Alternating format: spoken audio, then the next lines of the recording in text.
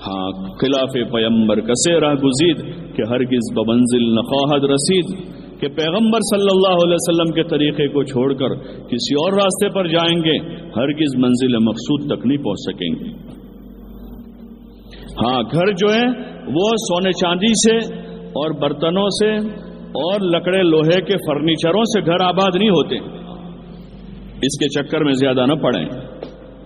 جیسے ہمارا پرانا رہن سہن تھا، سادہ رہن سہن تھا، ٹھیک ہے، ضروریات اپنے گھر میں بساوے، اس سے انکار نہیں، سہولت کا مکان بناوے، اس سے انکار نہیں کہ بھئی بچے بڑے ہو گئے تو ان کے کمروں کی ضرورت ہے، مکان تھوڑا ٹھیک ٹھاک ہو جاوے، کیونکہ رہنے کا ٹھکانہ ہے، وہ رہنے کا ٹھکانہ ہے، ضروریات زندگی میں شامل ہے مکان، مکان پر زکوٰۃ نہیں ہے کیونکہ وہ ضروریات میں سے ہے، تو مکان بنانا برا نہیں ہے، لیکن جس طرز پر ابھی ہم جا رہے ہیں، جس رخ کے ابھی مکانات بن رہے ہیں جس میں اسراف ہیں اور طرف ہیں، ہاں فضول خرچی سے اوپر اسراف، مہنگے مہنگے پتھر، مہنگے مہنگے فرنیچر اور مہنگی مہنگی چیزیں اس میں، اور ایسی فینسی چیزیں ہیں جس کی عمر بھی لمبی نہیں ہے، جس کی عمر بھی لمبی نہیں، ہاں مضبوط ایسی چیز ہیں کہ جس کی عمر لمبی ہے،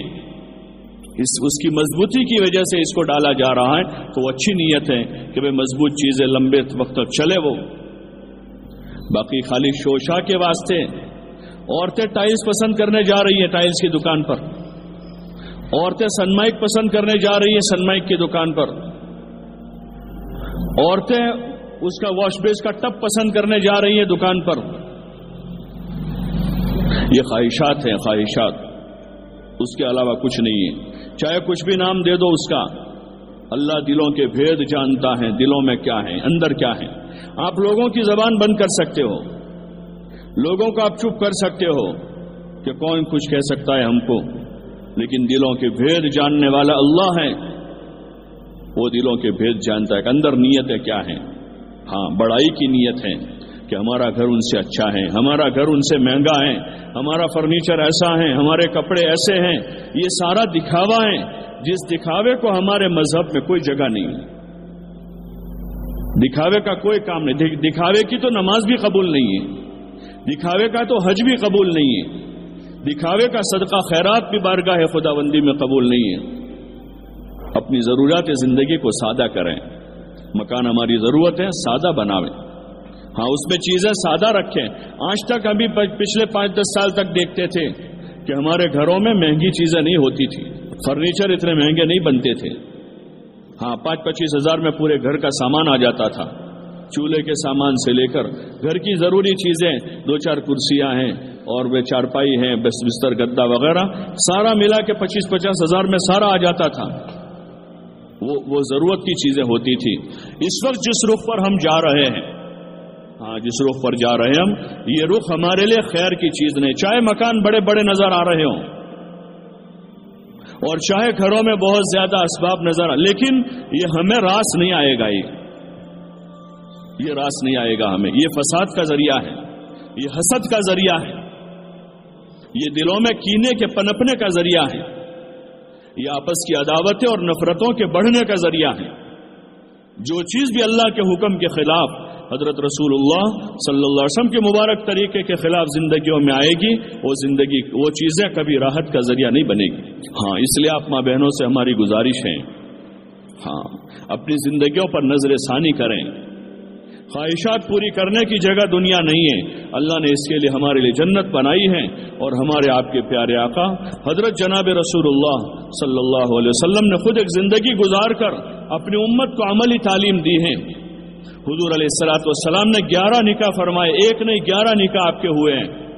2 ازواج کا مکے میں انتقال ہو گیا، حضرت خدیجہ اور حضرت سودا رضی اللہ عنہما کا، ان دونوں کا انتقال مکے میں ہوا، باقی آپ کے نکاح بھی مدینہ جا کر ہوئے، اور بقیہ ازواج مطہرات حضور علیہ السلام کی حیات تک حیات رہی، زندہ رہی، ان کے ساتھ حضور علیہ السلام نے ایک زندگی گزاری ہے۔ وہ امت کی عورتوں کے لیے نمونہ ہے، آپ نے سادگی کے ساتھ نکاح کیے ہیں، آپ نے شور شرابہ نہیں کیا، آپ نے سادگی کے ساتھ نکاح کا نکاح سکھایا ہے کہ نکاح جو ہے وہ تو عبادت ہے، عبادت میں شور شرابے نہیں ہوتے ہیں، عبادت میں تماشے نہیں ہوتے ہیں، عبادت میں ڈھول باجے نہیں ہوتے ہیں. جیسے نماز پڑھتے ہیں تو کتنے سکون و وقار کے ساتھ وضو کر کے اچھے صاف کپڑے پہن کے صاف ستھرا مصلی بچھا کر گھر کے کونے میں نماز پڑھ لیتے ہیں. مرد لوگ روزانہ 5 وقت مسجد نماز کے لیے جاتے ہیں، کوئی ڈھول باجے تماشے نہیں کرتا، کوئی ویڈیو نہیں کرتا نماز کا، کہ نماز عبادت ہے. ایسے نکاح عبادت ہے، نکاح ہمارے مذہب میں عبادت ہے، بڑی عبادت ہے. نکاح کو آدھا ایمان کہا ہے. نکاح سارے نبیوں کی سنت ہے اور خصوصاً ہمارے آقا حضرت امام الانبیاء والمرسلین حضرت محمد صلی اللہ علیہ وسلم کی بھی سنت ہے. آپ نے 11 نکاح فرمائے ہیں. ہاں، اور آپ کے گھر میں آنے والیاں بڑے بڑے باپ کی بیٹیاں تھیں. حضرت ام حبیبہ مکہ کے چودھری کی بیٹی تھی. حضرت حفصہ عمر ابن خطاب کی بیٹی تھی. حضرت عائشہ ابوبکر صدیق کی بیٹی تھی. حضرت صفیہ وہ یہود کے بڑے خاندان کے بڑے سردار کی بیٹی تھی. ایک سے بڑھ کر ایک خاندانوں میں آپ کے نکاح ہوئے اور غریب خاندانوں میں بھی آپ کے نکاح ہوئے ہیں، لیکن آپ کے کسی نکاح میں اس طرح کی فضول خرچی اور اسراف نہیں ہوا ہے. آپ نے اپنی امت کو تعلیم دی ہے.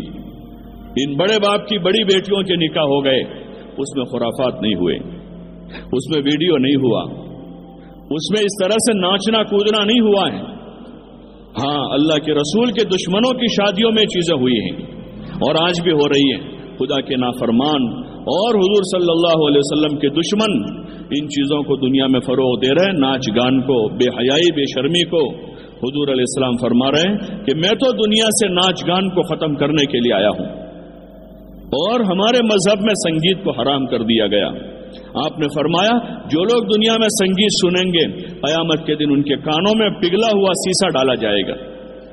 اور ایک موقع پر آپ نے فرمایا کہ یہ جو سنگیت ہے، سنگیت اور موسیقی، وہ دل میں نفاق کی کھیتی کرتا ہے. جیسے بارش کا پانی برس کر زمین پر ہریالی ہو جاتی اور کھیتی ہو جاتی ہے، ایسے سنگیت سے دلوں پر نفاق اگتا ہے. حضور علیہ السلام نے سادگی کا سبق دیا. اپنی بیٹی امام الانبیاء والمرسلین کی بیٹی ہیں، جنت کی عورتوں کی سردار حضرت حسن و حسین کی ماں، ان کا نکاح حضور علیہ السلام نے کیا. حضرت علی رضی اللہ تعالیٰ عنہ سے. حضرت علی رضی اللہ عنہ فقیر آدمی تھے، ان کے پاس کچھ زیادہ مال دولت نہیں، اپنی شادی کے نکاح میں مہر دینے کی رقم نہیں تھی.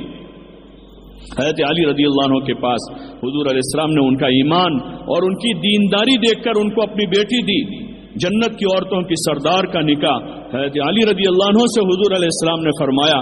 جمعہ کے دن جمعہ کی نماز کے بعد حضور علیہ السلام نے مسجد میں خطبہ پڑھا اور اپنی بیٹی جنت کی عورتوں کی سردار کا نکاح پڑھا دیا. اور چونکہ حضرت علی رضی اللہ عنہ بچپن سے حضور علیہ السلام کے پاس رہے تھے، حضور کے چچا جو تھے ابو طالب، حضرت علی کے والد، وہ فلاش آدمی تھے، فقیر آدمی تھے، ان کے پاس زیادہ خرچے کا انتظام نہیں ہوتا تھا، تو حضرت علی کو حضور نے اپنے پاس لے لیا تھا. اور ایک بھائی ان کے بھائی جعفر تھے، ان کو کسی اور صحابی کے سپرد کیا تھا، تو ان کو اپنے پاس رکھ لیا. بچپن سے آپ کے پاس تھے، بچپن میں ہی حضور علیہ السلام کے ہاتھ پر اسلام قبول کیا اور پھر ہجرت کر کے مدینہ منورہ گئے اور وہاں بھی آپ کے ساتھ آپ کے پاس ہی رہے. تو حضور صلی اللہ علیہ وسلم نے نکاح کے بعد، چونکہ ان کے پاس کچھ سامان تو تھا نہیں، نہ ان کے پاس رہنے کو گھر تھا، نہ کوئی سامان تھا، تو حضور علیہ السلام نے ان کے لیے کمرے کا اور ان کے لیے بستر کا اور ایک چکی آٹا پیسنے کے لیے، چونکہ روزانہ گیہوں پیس کر وہاں روٹیاں بنتی تھی، تو ضرورت کا تھوڑا سا سامان دے دیا حضور صلی اللہ علیہ وسلم نے.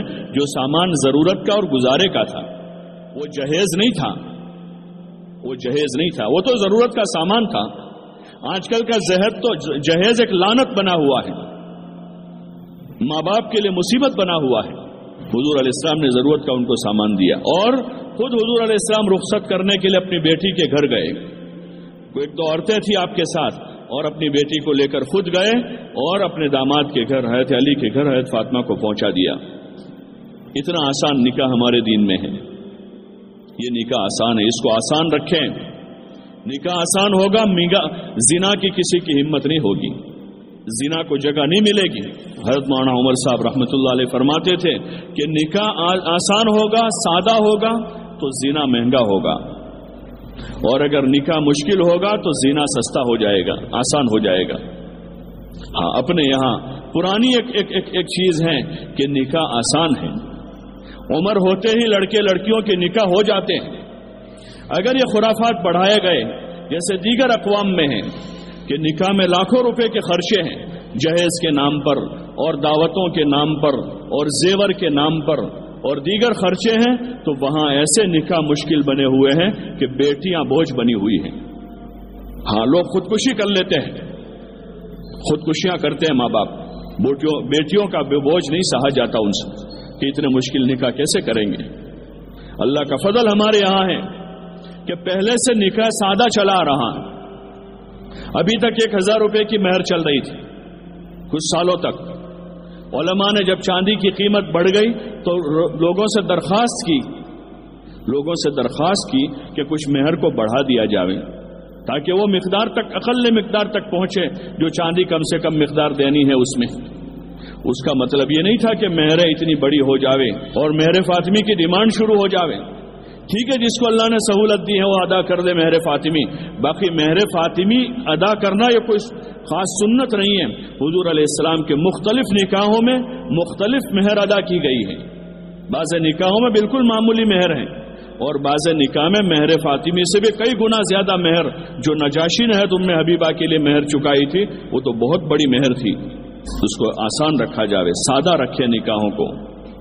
ہاں، اس میں زیادہ تر چونکہ نکاح کی رسومات، منگنی کی جو رسومات ہیں اس میں زیادہ تر عورتوں کا حصہ رہتا ہے، اس لیے آپ ماں بہنوں سے ہماری گزارش ہے، اللہ سے ڈریں، اللہ سے ڈریں۔ کوئی ہمیں دیکھ رہا ہے نہیں دیکھ رہا، ہمارا اللہ دیکھ رہا ہے۔ بس ایک بات لازم پکڑ لیں کہ ہمارے نبی علیہ الصلوۃ والسلام کی معاشرت کی بنیاد سادگی پر ہے۔